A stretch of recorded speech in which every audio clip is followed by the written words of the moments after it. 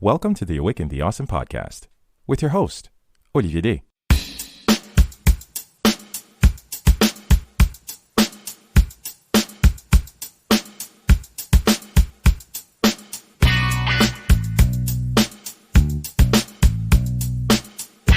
This is Awaken the Awesome, a podcast where we acknowledge that we are all in this together.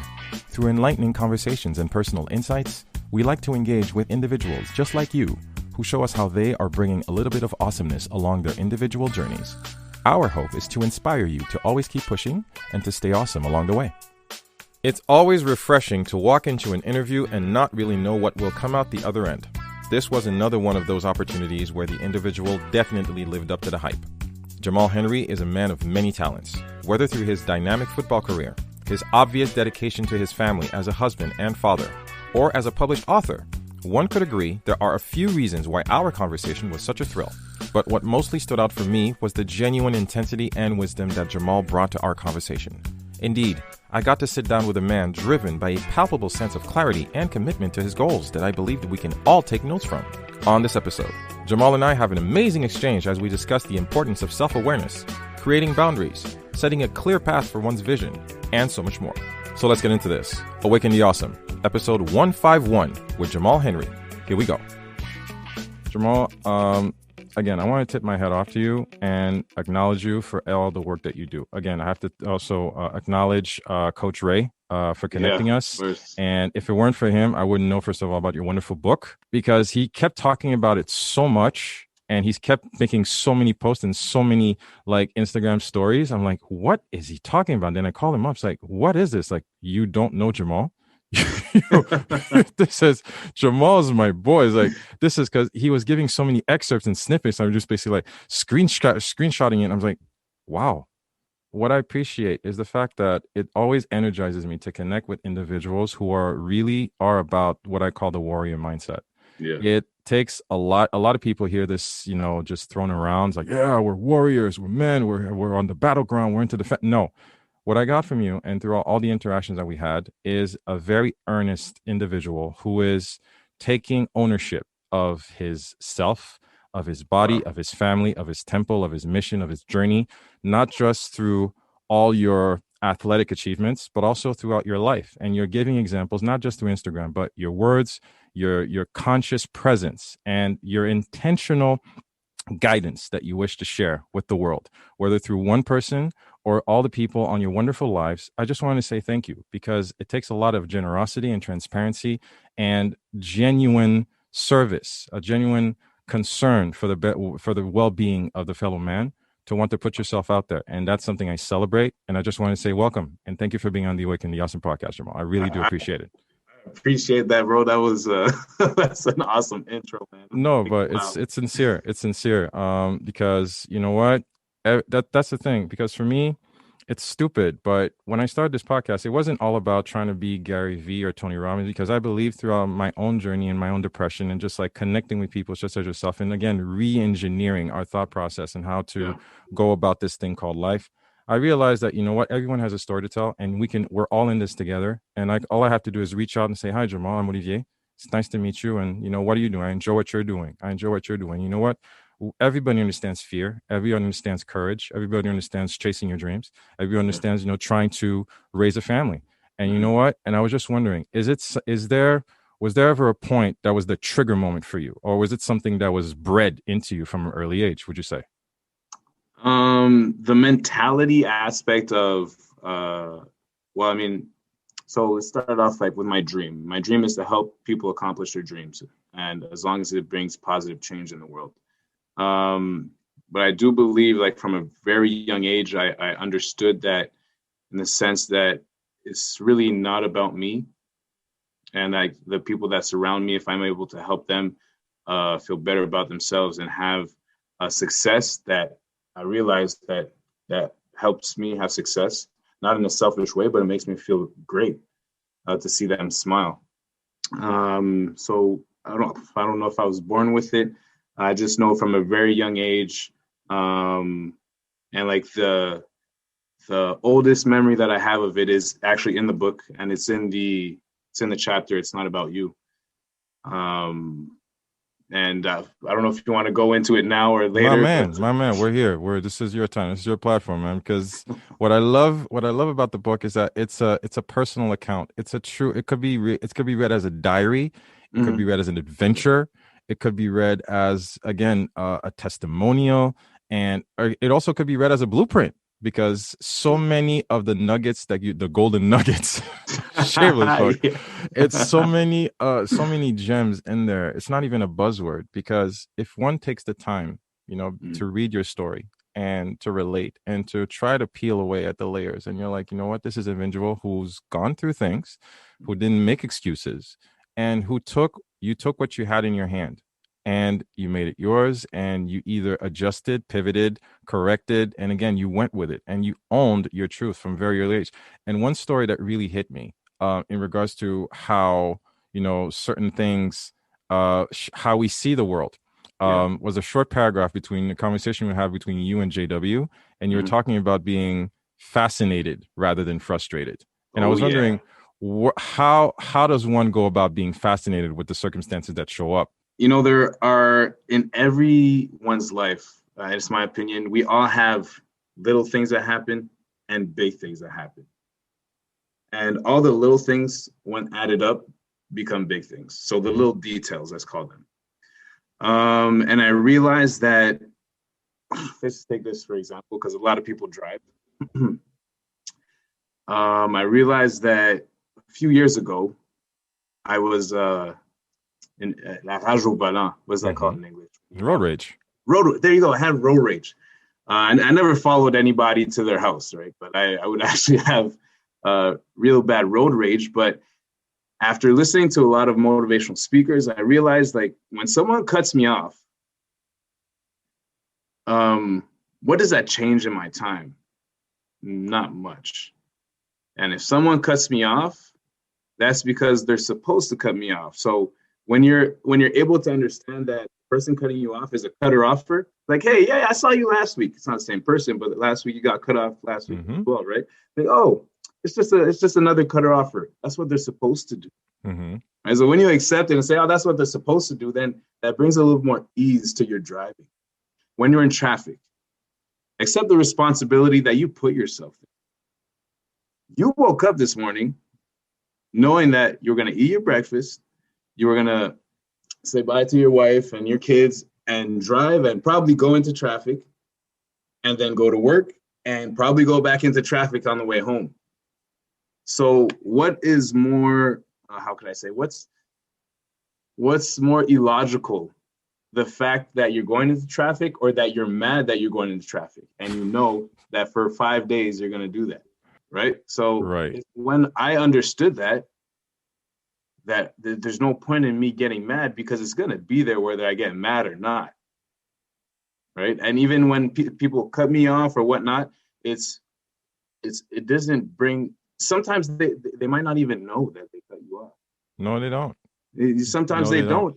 don't, and the thing is too is when you hold that anger inside you, it's like for the whole day you keep replaying it. Man, that guy just cut me off, bro, and I can't believe he did that. I was in a hurry and whatnot. That person just left and probably didn't even know that you're mad. So who's the only person left with the anger? You are. Wow. And a great way to get the fascinating part to adopt that is to forgive. Is Okay. to forgive. And what I mean is when the person cuts you off, be like, well, you know what? I forgive that person. And at first, it doesn't make sense. You're like, no, I'm not gonna forgive them. They just wronged me. But again, once you forgive, it's not about them. It's about you letting go of that anger, right? You spending a split second saying, man, he really cut me off and I'm really angry. And then saying, you know what, I forgive them. It's very Hmm. fascinating that someone will cut me off because you look in the rearview mirror, there's no one behind you. They could have Hmm. just skipped behind you. Just forgive them. It's greet every day with a forgiving spirit. I think it's Abraham Lincoln. He had a nice letter and he said, I will greet every day with a forgiving spirit. Um, So we reset. Don't hold on to it. yeah, Don't hold well, on to it. it's just you know, there are so many things that are going to happen in your life, and people are going to wrong you. And I found that the most frustrating parts at times in my life is when people have wronged me and I want them to make the change and be like, okay, you make this right for me. But that's not their responsibility. It's my life. It's my responsibility to make it right because it's my heart, right? It's not, you probably heard it before many times. It's not what happens to us that matters. It's how we react. It's how Yes. we could, we react to it. So when we're able to just say, instead of being frustrated at the fact that someone cut me off while I'm driving, it's like, wow, someone cut me off. Maybe they don't know really how to drive, and But it's doesn't pretty that fast. take an amazing amount of, again, you're talking to us about acceptance and Yeah. forgiveness, Mhm. not just of others, but also ourselves. Oh, of Because course. what I hear from you is a lot of self-awareness and recognition Mhm. that we do have these feelings. Oh, yeah. Because why I'm saying that very out loud, because people might relate to this. For the longest time, I was like a really nice guy. Someone would wrong me, and I'm like, it's okay. It's fine. It's fine. And I'm sure a lot of people can relate to this. But you also need to accept that, yeah, getting cut off, getting wronged Mhm. is hurtful to you. Yep. So you are saying that it's okay to welcome these emotions, but also you have to also have the courage to accept who you are. What I'm talking about Exactly. is that a lot of people are uncomfortable to look within. I talk a Mhm. lot about this, Jamal, and I was wondering if there was something ever in your journey that you had to struggle with in regards to, finding out, again, being comfortable, this self-assuredness, this recognition of the self, because it's all about what goes in here that helps us face the outward obstacles and frustrations. If you don't know who you are, how Mhm. you can't take ownership of how you react. And sometimes a lot of people struggle with that. They go through their life struggling with that. How can we teach them something? You kind of answered it. It's actually it's the problem that I had before is, and it didn't last very long. Um, but I've realized a lot of people have this problem is they're looking for everybody to fix them. So they're looking outside, for everything around them to fix them when it's the other way around. It's not the outside in, it's the inside out. Okay. So to adopt the way to, really start from inside is, so let's go back to, I'm driving, someone cuts me off. Mm-hmm. She's like, huh, okay, why was I in that moment right there? Okay, I got a red light. Did I speed up? Did I go 10 kilometers over the speed limit? Because we all, like, I drive 110, 120 on the freeway. Mm-hmm. If I was driving 100, I probably never would have been in that place. So then that makes me the person in charge, Right. right? Because if I was going, the person cut me off, I was going 110. Let's say they want to take the freeway. I was going 110, they cut me off. But if I was going the speed limit, I wouldn't have been there, right? If I look in the rearview mirror and I'm going 110, I look in the rearview mirror, myself going 100 would have been further back. So there would have been plenty of space for that person to come in. And what this does, it just gives you control. The situation doesn't change. Mm-hmm. It just gives you control. Like, okay, I could have done something,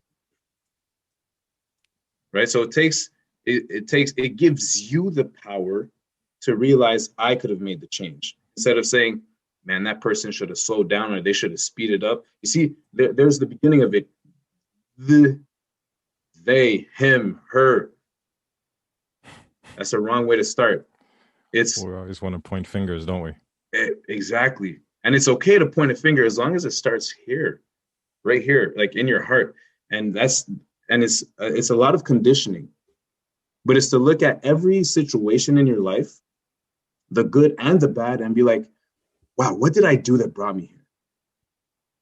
What did I do? What did I do this morning? So I woke up, I took a step on the right side of the bed, and then something happened, and it was great. I saw my kids get up, And I have so much gratitude when I see my kids come running towards me, right? You get up a minute earlier and you see your kids come running towards you and give, hey, daddy, I love you, instead of getting up 5 minutes after the alarm clock and you're still in bed. Hey, daddy, wake up. See the difference? Small differences. And that's what I mean is when you focus on these little details, it's training you and conditioning you for when the big things are going to happen. Because what happens is when we work on the little details, our subconscious, I've never studied this, I just know it from myself. Your subconscious doesn't make the difference between a small situation and a big situation. It's a situation for your subconscious. It's our emotions that make it like big and small. Right. But so that's why as we work on the small details, our subconscious says, okay, that's what I'm used to. That's what I'm used to. I'm used to like just forgiving. So if you're able to get used to forgiving when someone cuts you off, when someone's following you behind you, you just breathe, let it go. Like they must be in a hurry. That's all right. Let it pass. Like let it go. In those little moments, because they don't change much in your life. When the big moments come and someone wrongs you and you say, okay, you know what? I'm going to forgive this person. And there's a quote. I can't remember who says it. It says, do you forgive someone who wronged you? The answer is yes. Do you do business again with someone who wronged you? No. But because you forgave them, it's not even about them. It's about you letting go of that anger that poisons your soul. The person doesn't even know you forgave them. It's just you sitting down with you and be like, you know what? I forgive them. And this is the one that we all have to do. This is my personal opinion. Is to sit down and I just have to be like, you know what, Jamal, I forgive you for this. And as soon as you're able to forgive yourself for things that you feel you did wrong, you wronged yourself or you wronged somebody else, then I do believe you're able to adapt the habit of working on the little details, of forgiving through the little details. And then your subconscious will just, it's like you and your subconscious teaming up. There you go. And you realize that you're like, whoa. Because to be honest, when I made that switch from being having road rage to being so passive on the road, like you realize it and you're like, man, that's pretty cool. It's so cool to see when you realize the power. It sounds all woo-woo, but you and I understand this. The power of the mind over the physical realm that is your life is amazing. You know, sometimes you will lose control. Sometimes you will fall off the wagon, as you know, proverbially, obviously. You know, sometimes you will find yourself, you know, just, okay, you're just losing it and you just can't control. But what I'm hearing from you is that, okay, it will happen. Just catch yourself, step back and realize that, okay, this is a moment. Because what I admire about you, especially through your words and all the content that you push out, you're very big about discipline. I realize that. You know, not so long ago, you put out the post in regards like, okay, you got home from the night shift, drop your keys, put stuff back. Okay, fine. You know you're supposed to go running. And you're like, there's that voice in you like, should I really go running? And then you caught yourself. See, that's the procrastination heading.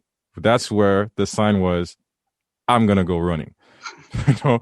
And for some people, it could be writing a book. It could be making that sales call. You know, for me, it's making my bed. I have like this gut check reaction of toxicity if I do not make my bed, because I don't know. For me, it's important. Like, you know, when I come home, I'd like to come home to a made bed. It's little things. And the discipline, for me, I'm not sure if you agree, discipline beats motivation. And you talk a lot about discipline. A lot of your content is about discipline.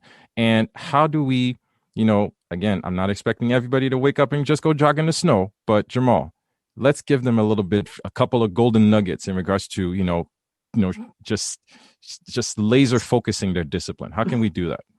Okay. I would say it's a mix. Well, to be honest, starting your day off by making your bed is the best way. There's actually a book called Making Your Bed. It's only like 140 pages. Great book. But anyways, starting your day off by making your bed is the best way. Why? Because again, your subconscious picks up, man, I just made my bed. That's a win. And again, you said I get to come home to a made bed, right? So that's a win. And it's mixing a little bit of working on the little details with a little discomfort. Because what I've noticed, and again, I've never studied this, it's just from my own experience, is that when I'm able to do something, even if it's a little thing, do something that my brain tells me, you could wait till like tomorrow or this afternoon. I'm able to do that, and it takes like 10 seconds. We all have things like taking out the trash. It takes 5 minutes. There's a saying that says, if you could do a task in less than 5 minutes, do it now. That's not a great thing to my man. It's a great thing to I love it. Let's see. Actually, so like going jogging. Like on my Instagram feed, you see a lot like jogging with snow, but there's some joggings. Like last night, I went out to jog. It was like minus 17, and I don't put gloves on.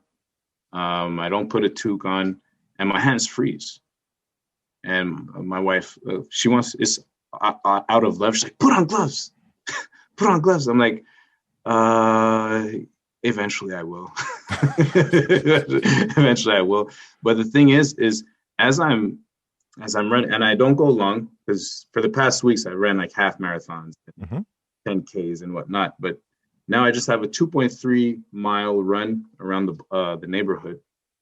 And what it does is when my hands freeze, it gives me, I realize my brain records, and I'm pushing myself to run.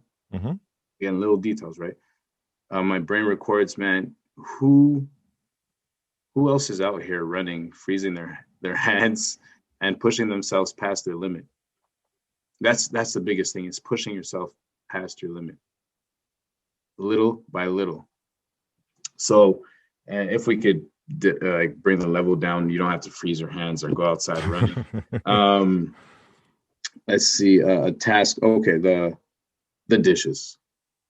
The dishes. I dread doing the dishes. I don't know why, but I really don't like it. But what I do is I set a time frame, 5 minutes. Let's say the sink is full of dishes. I start the 5 minutes. I'm like, I'm gonna empty the sink, put it in the dishwasher, and whatever's left after 5 minutes, I'm just giving myself a blitz. Okay. 5 minutes blitz. So if you blitz your time, right, this will create the system. You're talking about a system, right? Talking about a system. So one of the greatest systems I found is blitzing your time. Because what happens is, actually, let's say we have 45 minutes to do this podcast, let's just say. Yes, sir. All of our energy and focus for that 45 minutes is into this podcast. The rest of the world doesn't exist. Nope. Of course, we have children and whatnot, but like, I get you. But nothing else exists.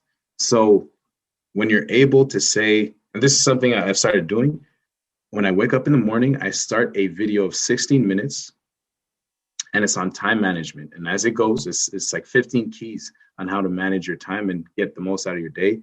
I clean. I don't think. I just wake up, make my bed, and I clean. I start the audio and I clean.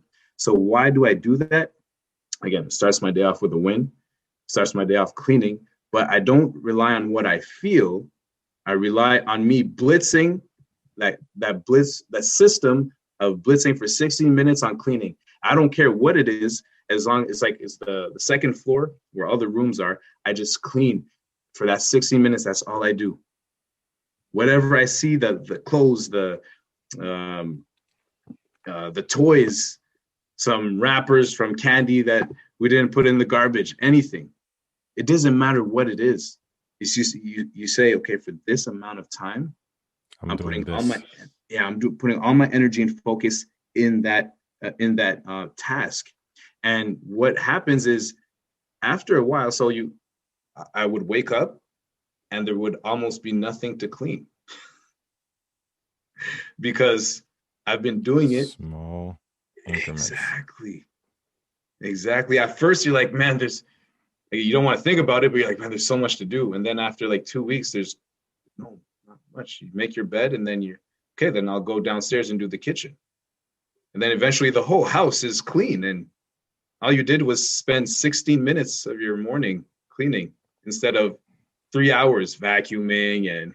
And that's where I believe, and you've probably experienced this, just looking around, the people we care about, the people we love, a lot of times you get exhausted mentally because you have goals, you have dreams, you have ambitions, whether it's cleaning, whether it's losing weight, whether it's going to walk the entire length of the Great Wall. But you're telling yourself, oh, there's so much to do, and you're already falling into that rabbit hole of the internal dialogue of the limitation. How do we choke that, Jamal? How do we catch ourselves? Like, no, you're not coming in here. I'm all about executing. I'm not about worrying. How do we catch ourselves? Because a lot of times that's where, in a lot of conversations I have, that's where they fall short. Because, hey, I want to clean the house. Hey, I want to prepare dinner. Hey, I want to lose weight. But you're like, oh, there's so much to do. There's so much to do, but that's where they stay. How can we help them? In that video that I watch in the morning, one of the keys is beat your future self. Okay. And what that means is, you know yourself better than anyone in this world. And the example they give is, let's say I want to go out jogging. I want to go out jogging tomorrow morning before going to work. And I know that usually I put my phone beside me or under my pillow. And as soon as the alarm rings to wake me up, I snooze it or I turn it off. Then I go back to bed. What am I going to do to beat my future self? I'm going to take my phone and place it where I have to get up.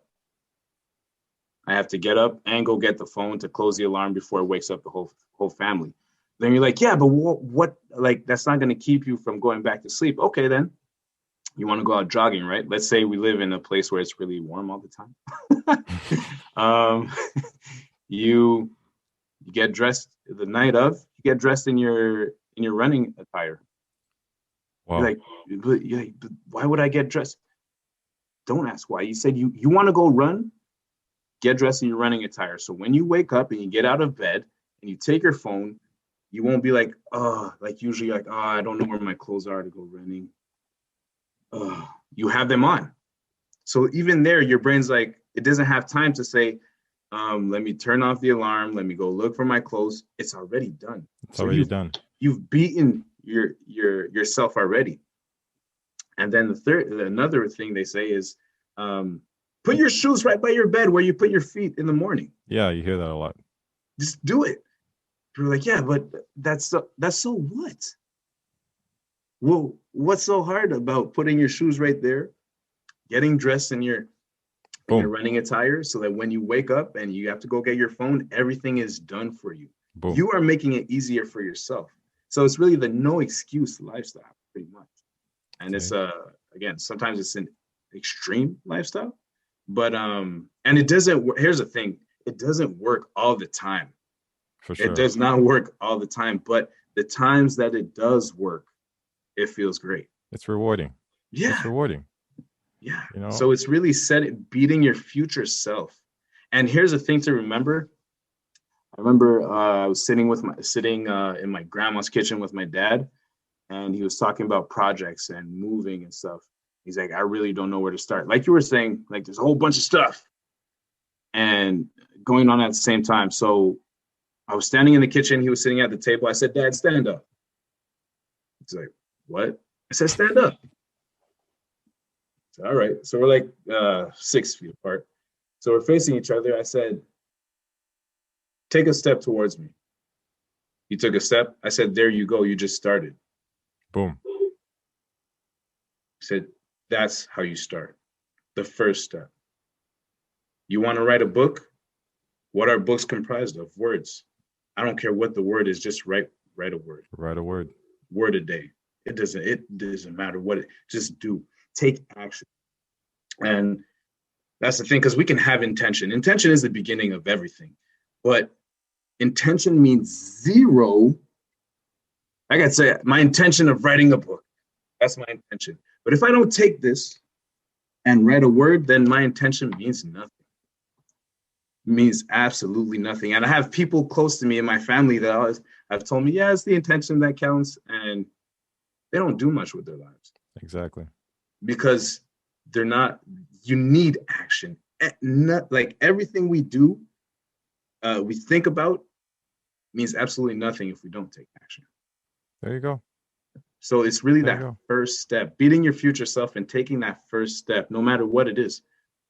Take your big tasks and break it down into small tasks. So listen, you want to clean your house? Start with your room, or start with the bathroom, or start making your bed, or See? And somewhere. here you are dispensing amazing, sensible, actionable advice, you know? And some people, unfortunately, and you've come across this, keep telling yourself it cannot be that simple, you Mm-hmm. know? And they often overthink, they overplan, and they think that it's supposed to be this, long-winded, answer to all of life's questions. But what you're saying is, simplicity is the beauty. Yeah. Make your life simple, Mm-hmm. just take a step.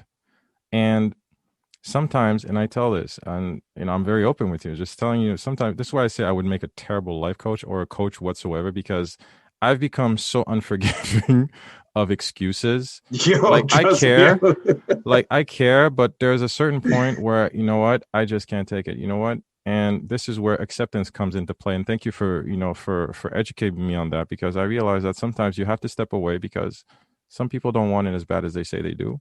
And Mm-hmm. some people, they are in love with the idea of the success or the glamour or whatever that dream is for them, Mm-hmm. put whatever in the basket. But you know what? Do you really want it? Because you also talked about execution. You also Yep. talked about taking that next step. You might fall flat on your face. And is that, in your experience, why a lot of people also don't want to take the steps? Like, what if I fail? What are people Oh. gonna think? I've never done this in my life. I've never started a business. I've never gone out for a run, or I've Mm-hmm. never tried Yes. to write a book. 110%. Some people probably don't want it as bad as they do. And is it okay to just tell ourselves that, you know what? Okay, you don't want it. Okay, next step. I'll be over here if you need me. We can't save everybody, can we, Jamal? We can't save everybody, but that's the thing. And again, it all trickles down to little details, because as you make your bed every morning, your subconscious is picking up winning. Your subconscious is picking up, okay, I'm making my bed. I have no excuse not to make my bed. I'm cleaning the house. I have no excuse not to clean my house. So when you want to start a project, your subconscious will initially give you all the reasons why you can do something, not why you can't. Because the reasons, if we're going to do something, there's always going to be reasons why we can. There's always going to be reasons why we can't.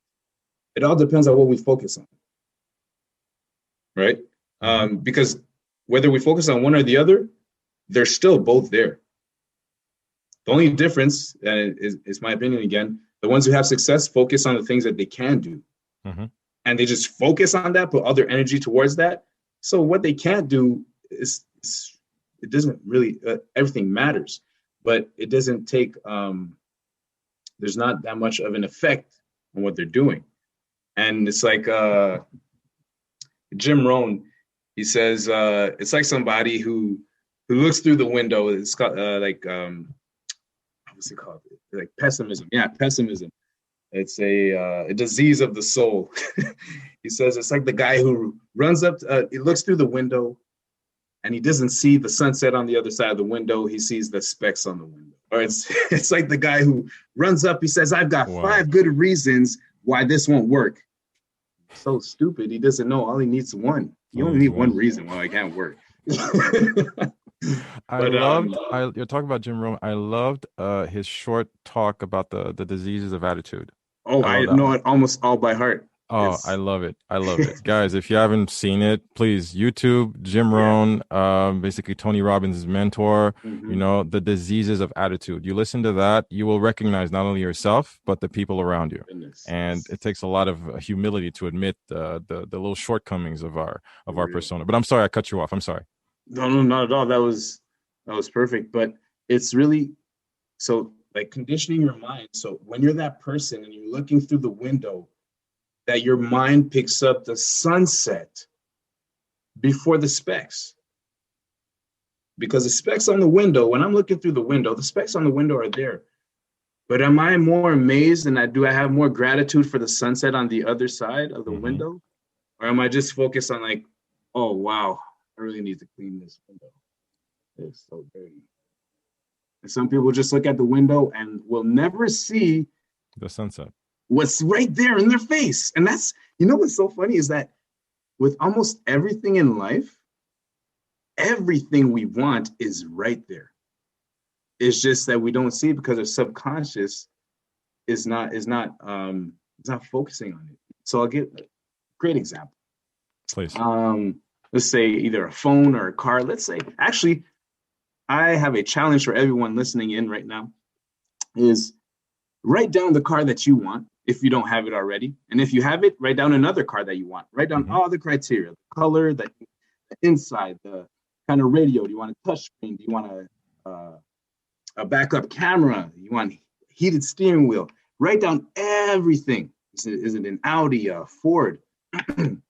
Write it down and just leave it somewhere where you can see it.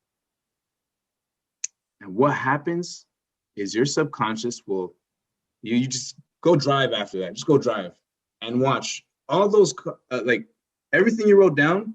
You're like, oh man, like I want an Audi, right? Well, there's an Audi, there's an Audi, there's an Audi. They've been there every day of my life. But because I wrote it down, now I'm picking it up. So that's really how life is. It's like, if you want something, write it down and let your subconscious be like, okay, that's what you want. Because until your subconscious, you give it to your subconscious, you don't know. Like, nothing's going to happen. No, because you're not training yourself to believe. You're not training yourself to believe it can happen to you. Exactly. You're not training yourself to believe that, you know what, your life can fit or can welcome this addition to your happiness. A lot of people limit themselves. And, the basic words that they use, do I really deserve it? It never happened to me. It's not supposed to be that complicated. Take the leap. And I'm sure you've come across, roads in your life where you have to make very consequential decisions. But, as you put it, in your book, it's all about picking a direction. Pick a direction and go, because a lot of people are just like, I want this, and they stay there. It's like, just go.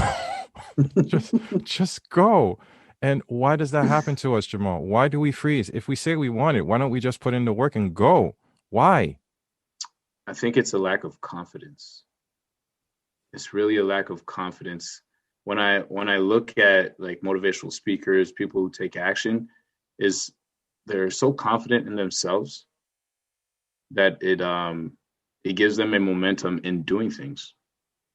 And when I realize that when I don't do something, it's because I lack the confidence to do it, and I'm very uneasy, so I don't take action.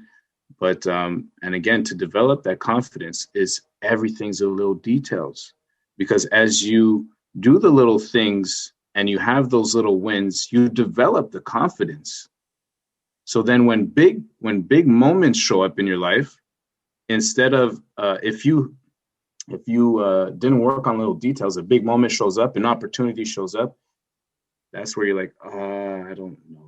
But if you worked on the little details and the big moment shows up, the opportunity shows up, you've built yourself through the little details. So the big moment shows up, the opportunity is there. You're like, yeah, let's go do it. Let's go do it. And you know what? That's just your subconscious just pushing you. That's all it is. Wow. It's your subconscious being like, yo, we've worked through all the little details. We've done this 1,000 times. So like when I played university football, every practice I would catch the ball and I would go score in practice. And I would yell at my receivers, my teammates, like, go score, go score. If you ask all my teammates, they'll be like, yeah, Jamal always asks us to score. And they're like, why would you do that? Well, it's like 50 yards, man. We got to run. We're losing time in practice. No. I'm like, if I score 1,000 times in practice, why can't I score 2 to 3 times in a game? Okay. My subconscious has picked up all the routes on every route direction that I have to take 1,000 times during practice. Why can't I do it once or twice? Just once. And it showed. It showed. Because I was willing just to work on the little details, work on it, and I hack away at little things that when it came to game time, my subconscious just let my body go. People are like, yo, how'd you do that? I'm like, I just did. I just never thought I couldn't. Wow, there you go. That's all it is. That's all it is. The belief and confidence in oneself. Yeah, and that's something that you exemplify, and that's something that that totally resonates with, and totally it merits the appreciation. I'm not just throwing words out there, Jamal. I'm just a regular guy in his basement, just welcoming you onto this platform and thanking you for being so earnest about it, man, because you know what, these are things that people need to hear. It's not just throwing words onto the universe. We can read all the wonderful speeches and hear about all the Tony Robbins and the Jim Rohns and the Les Browns of this world, but you know what, we also need to take the lessons and apply them. And you're also, showing us that example that you've applied. You're not just about the words, you're also about the intent and the action and the execution. I know that, we're coming up in top of the hour, but I really want to thank you for this time. Insightful, educational, empowering. I'm sitting here in both humility and respect and acknowledging you for everything that you do. And I really want to thank you for taking this time with us, man. I really do appreciate it. It's a very, very, very generous gift you're giving us tonight. It's my pleasure. Hey, if you have more time, I have more time. I took off of work. I want to make a surprise. No. Yeah, I took off of work, bro. My man, dude. Oh, I appreciate it, man. Hey.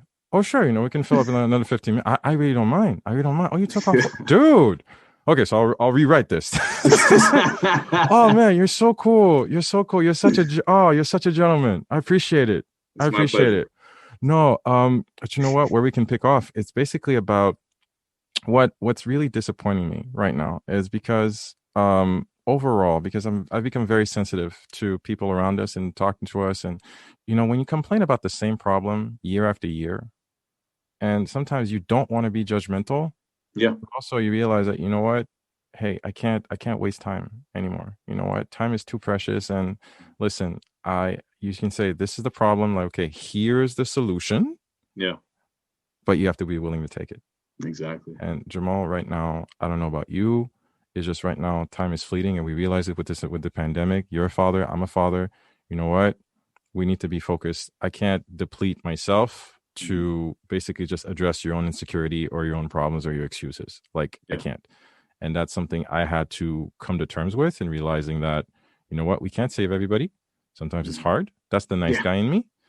But you know what?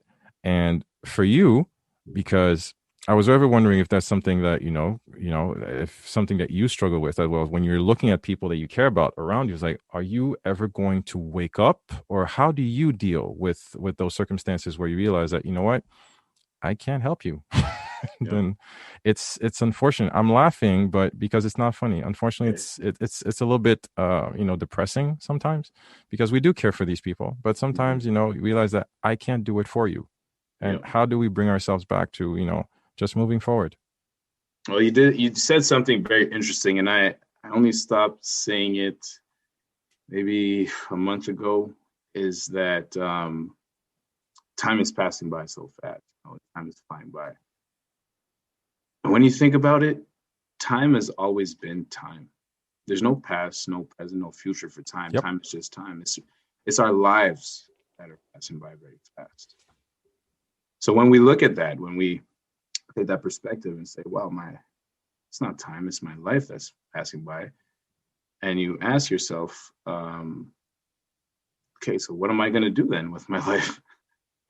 Am I going to spend it saving, like wanting to save people who don't want to save themselves, or don't have the want to? Or am I going to focus on my family? Am I going to focus on projects that are going to help me develop myself, so that in accordance with that, the people around me are gonna better their lives? And there's a great quote that says, and it's not a revenge, but the quote says, the greatest revenge is massive success. Yes. Right. Yes. For this situation, when it's not the word, I don't want to use revenge, but the greatest way to help somebody, I believe, our family members and our friends that we love, and that we've, like, I know you have, like, cried over, like, you're by yourself in your car and you're crying because you want it so bad, and you know that if they only had an ounce of the work ethic you have, they would make it so much further because they have so much more talent than you. Mm-hmm.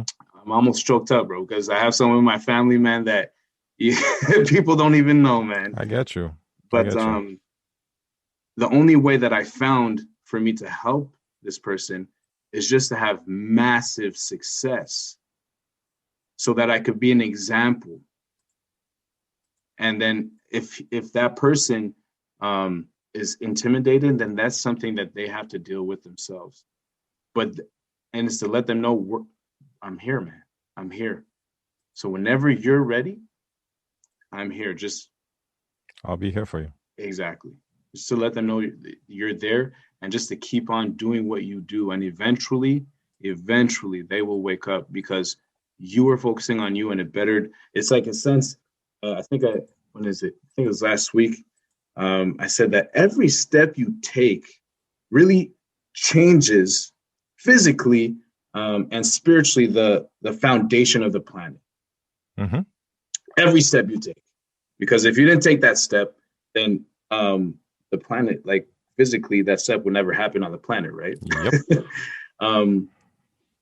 So once you understand that, it sends out waves of energy, and it's so scary, But when you're able to understand that you are unique, like, through the millions, billions of people who've passed through the earth, and that in the future as well, that are coming and that are here right now, no one has ever been, no one is, or no one will ever be you. So when you look up into the stars and the moon and the night and the sun and whatever, realize that you are part of that, and you can change. You are actually changing everything because you are there. Mm-hmm. So what happens is, when you're able to get that within you, the energy of, it's like another level, but the energy of the universe within you, that will help you have massive success, because you believe that you are fueled by something much bigger than you. You know, I just told this to one of my friends that came to the shake bar. He said, "Yo, what do you do for work, man? You just do the shake bar?" I said, "No, bro, I work night shifts." He's like, "What?" I was like, "Yeah, man, I work night shifts." He's like, "When do you sleep?" I said, "Bro, you know what?" I know. He said, "Are you ever tired?" I'm like, "Bro, you know what? The times when I was the least tired is when I only took naps. I didn't sleep." There you go. Yeah, I finish work, take a nap for 3 hours, get back to doing doing the business with the shake bar, and then I take an hour nap and then go back to work. And the only reason why I was able to do this, I did this like for a full month. I just kept going, and people were like, "Yo, what are you doing, bro? What are you on?" I'm like, "Bro, if only you knew." If like Jim Rohn said it, if you were headed where I'm headed, oh, you would understand. You would understand. You would understand. And that speaks so much of the realization, right?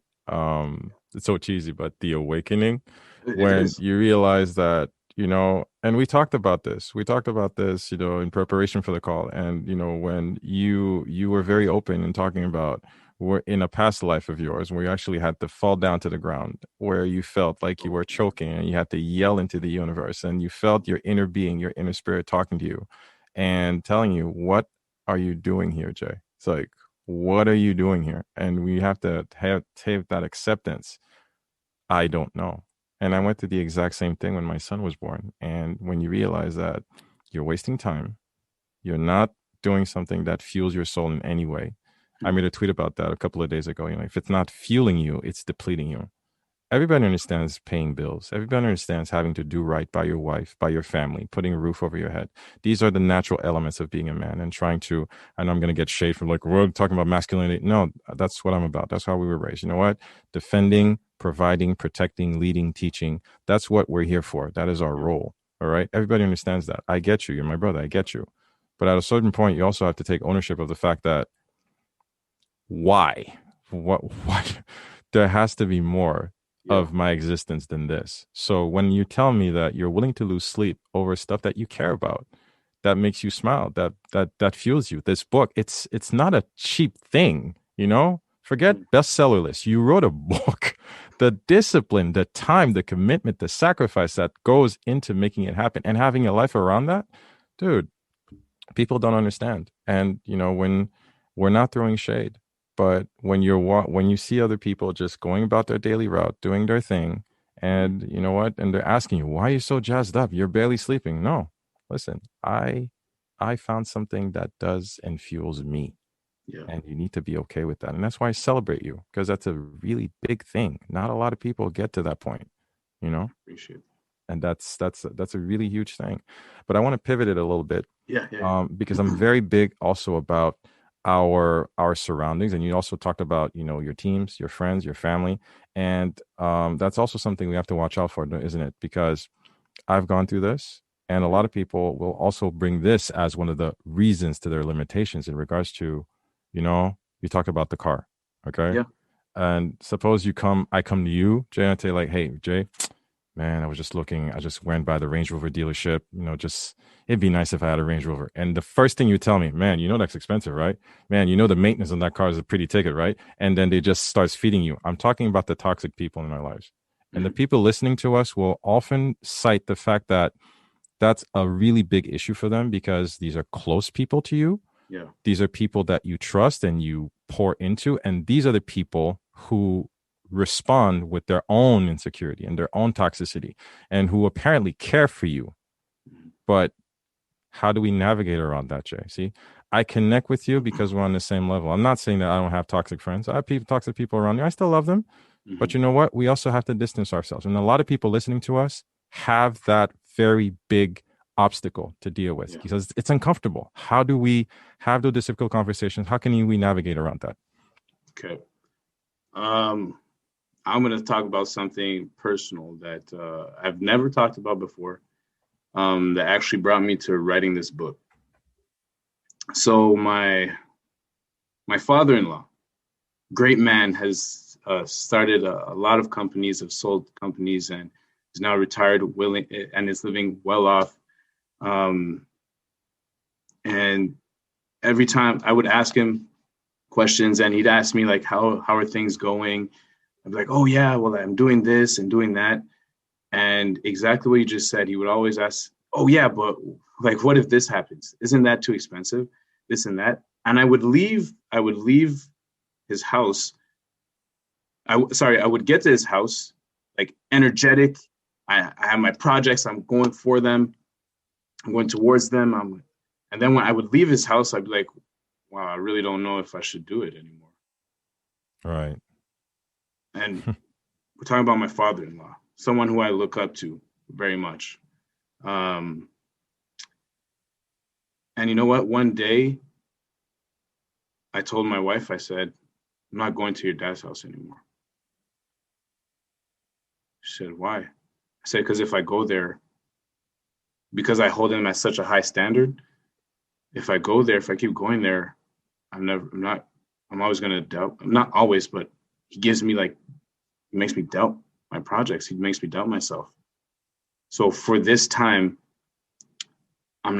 you can go, because we'd go every Sunday. So I'm like, you can go, you can take the kids. I'm not coming. And she understood. She understood. She said, okay. And you know what? And this was even for the book. One of the projects was the book. It's like, oh yeah, but how are you going to publish it? What is this and that? I'm like, bro, it doesn't. In my head, I'm like, it doesn't matter. I'm going to write a book. And one night, the book's not written yet. It's not done. One night we called, my wife called her dad, and she asked him for help. And I don't know what he said, but my wife came back to me and she said, it wasn't anything mean, but he just spoke about me. Mm-hmm. She came back crying and she said, why did he have to say that? I looked at her and I said, we're never going to ask him for help again. She said, what? I said, we're never going to ask him for help again. I'm going to make sure of that. And so that book, this book, The Spirit of a Champion, was able to be, I finished it because I was like, that was the moment where I was like, you'll just take massive action. I don't care what you have to do, Jay. I don't care who tells you what.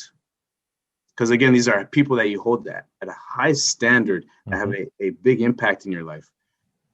I don't even care how you feel, what this person is saying, but actually fueled me. Like you could use it as fuel. Actually, there you go. That's the key. When someone tells you, you talk about your projects, and you got to be careful who you talk to your projects about. Because again, some people don't understand. So you don't have to talk to them about it. But when you talk to someone about your projects and they tell you, yeah, isn't that too expensive? Isn't this that? That is confirmation that you're supposed to go towards that. That is confirmation that it's for you. So when you hear it, it's like, thank you so much. I appreciate that information that you're giving me. You have confirmed that this is the route I'm supposed to take.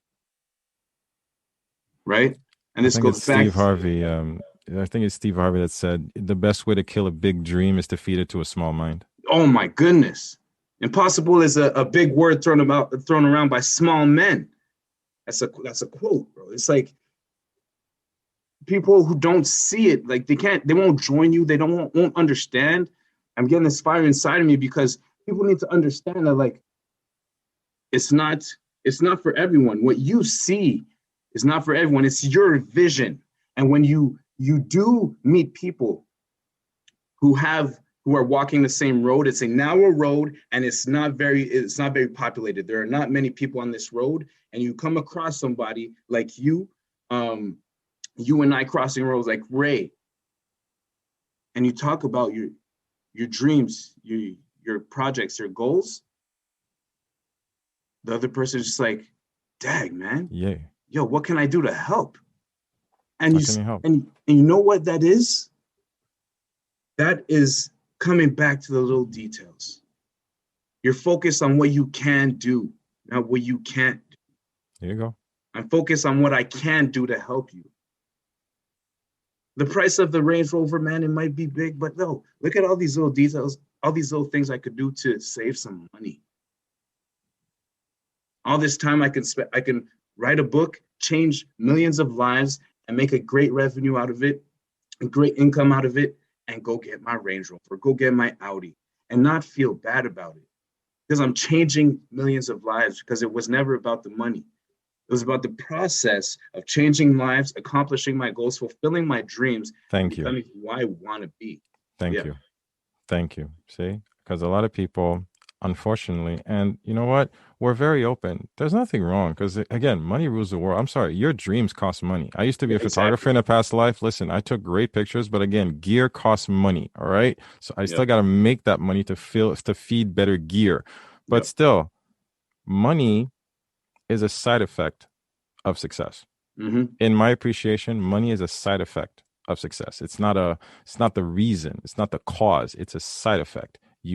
I believe when you tap into this thing that is yours, whether you believe in God or not, your God-given gift, what Steve Harvey calls the God-given gift, when you finally realize what that is and find at least one person who gives a damn to serve, 150%, serve. Do it again. The consistency, that is when you will realize you will open the doors to opportunity, and that's the rewards, financial, networking, social, emotional, spiritual. That's where it comes in. And the money will come. It's stupid. It took me years to believe that because, again, it was never about the money. But, I've been doing this podcast for 4 years, just like you. I just found a reason. Like, listen, I was going through a very difficult bout of depression. I thought, like, you know what? I'm not the only person going through this. It feels sucky to think that somebody else is dealing with this.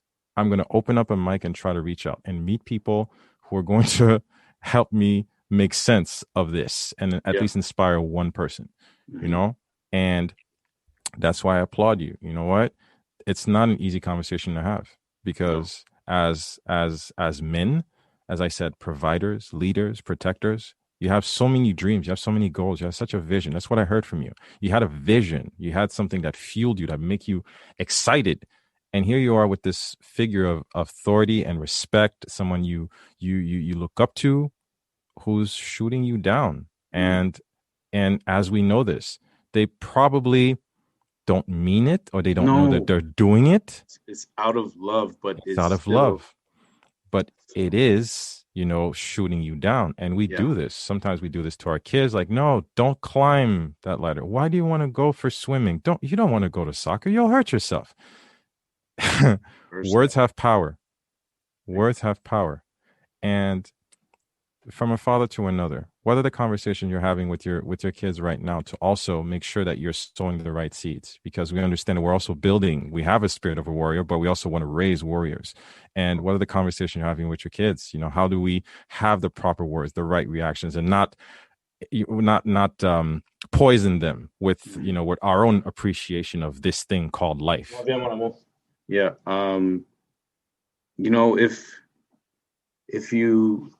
If someone was to see my son and put their right hand over their heart, he would look at them and he would put his right hand over his heart and he would say, champion, go-giver, the richest man in Babylon.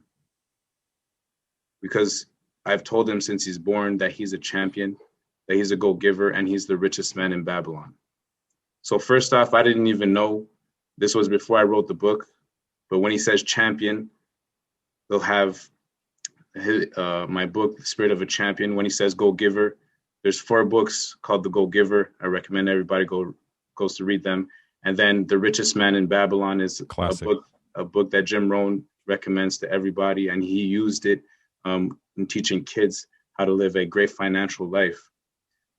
And I believe that all 3 of those have everything that someone needs to live a happy life. A happy life. So he has no idea what these things mean. He has no idea. When we're playing games, I'll say I, and he repeats I. I say am, the one. He has no idea. But what I notice is when I was small, now I realize a lot of things like from songs and from movies. So when he grows up and he says, oh, flip, I'm the one. See, I'm not talking to my kids. I'm speaking to their subconscious. Mm-hmm. So when they understand it, it's going to click. I'm the one. It's like, why would you go do that, Jay? Because I'm the one. Why would you give that? Because I'm a go-giver. How'd you get that money? Because I'm the richest man in Babylon, baby. It's conditioned. That's what I speak to them. So when people are going to talk and they're like, my kids are going to hear champion, they're like, oh, flip, yo, I'm a champion. They're going to hear the word give, like, oh, flip, yo, I'm a go-giver. I'm a go-giver. And, like sometimes I would take my son when my second son wasn't born, and I would stand him on the side of the window, and we look out into the stars and the moon, and I tell him, say, good night, stars, good night, moon, good night, God, I love you. Just so he gets used to understanding that he's part of all of it. And he doesn't understand it now, but the subconscious of everybody picks up everything.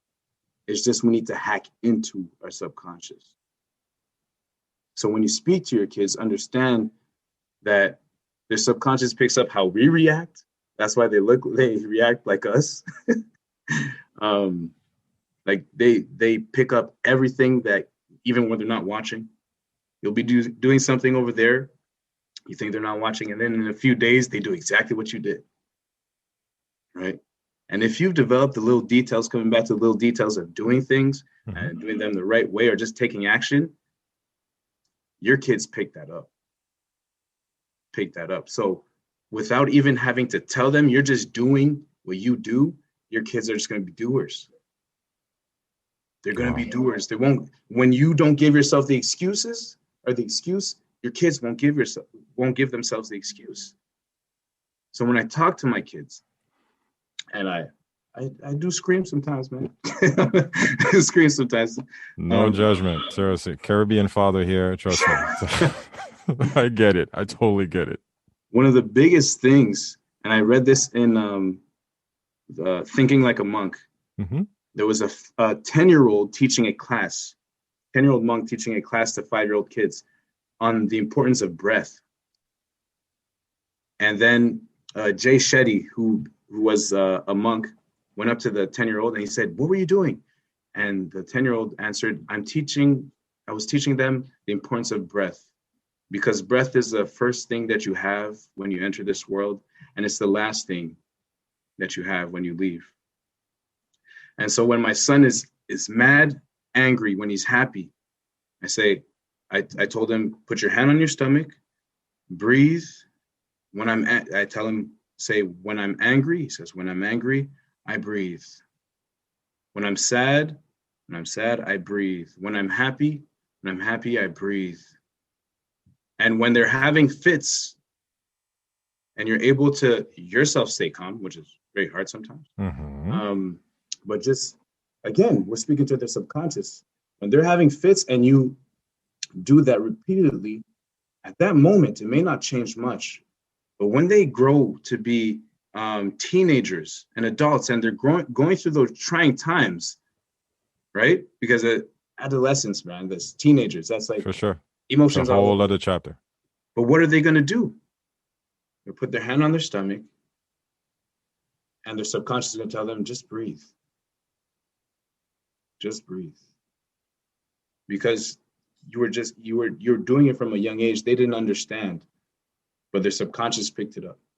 So these are things that I do with my kids, because I know that eventually, man, they're going to need it, because negativity is always going to be here. Always. And I'm giving them tools so they could like build their future. You can't be kumbaya all the time. No, that's a fallacy. That's a fallacy. You need to be able to balance the yin and the yang. You understand that I tell my daughter this all the time. I understand that, that you are allowed to your emotions, Mm-hmm. but you can't, be mean to other people because you're having these emotions. You need to be able to how to retract yourself and, how to, come back a better person, Exactly. This has been such a reward of a thrill of a conversation. As I like to say, a pleasure, an honor, and a thrill. For real, same Jamal, for me, man. It's a real gem. Let's not be strangers. No, again, this is a brotherhood. This is a platform. I hope I've gained a friend. Let's not lose each other. Oh, not at all. It's the beginning. Anytime you want to be back, man, I really, really appreciate it, because there's so much to learn. Again, I want to congratulate you also on the new edition. Of course, all health and blessings to the missus for a safe and healthy delivery. Keep us posted. There is the last two questions. Obviously, shameless plugging. Where can the listeners connect with you on the interwebs, my friend? Of course, on Instagram, Avatar Fit 12, all in one. On TikTok, Avatar Fit. On Facebook, Jamal Henry.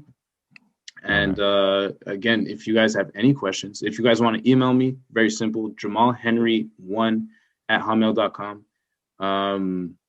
Don't hesitate. Just send me a question or comments, whatever it is. I'm open to that. Definitely. Yeah. And obviously, where can the listeners pick up the book? Amazon is the best place? Yes, Amazon. So Amazon, actually Amazon.com, Amazon.ca. You can get on every Amazon over the world. And if ever you guys want to swing by the Shake Bar, I'll have copies handy. So either contact me, or the address is 142J 25th Avenue in St. Eustache. Nice. So you swing by and I'll have copies for you.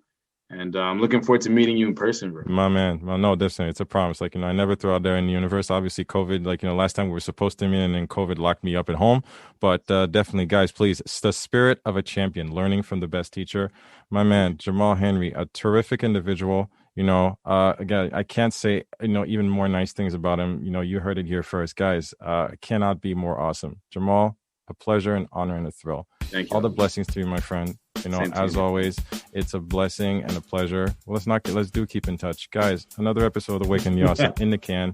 Please stay safe. As always, guys, you know, it's a crazy world out there. But again, people like Jamal, you know, definitely make it worthwhile. Guys, have a terrific evening. Stay blessed. And as always, stay awesome. This has been another episode of the Awaken the Awesome podcast. We always love to get your feedback, so please do drop us a line via Instagram, Facebook, or email. Our email address, awakentheawesome@gmail.com. Do visit our official website at awakentheawesome.ca, where you can find our entire back catalog of episodes and incredible guests. Also, if you haven't already, please hop on over to Apple Podcasts and subscribe, give us a rating, and leave us a review, as this helps us tremendously in growing this podcast and spreading the word to more awesome listeners like you. We always appreciate your support, and thank you for listening. Stay awesome.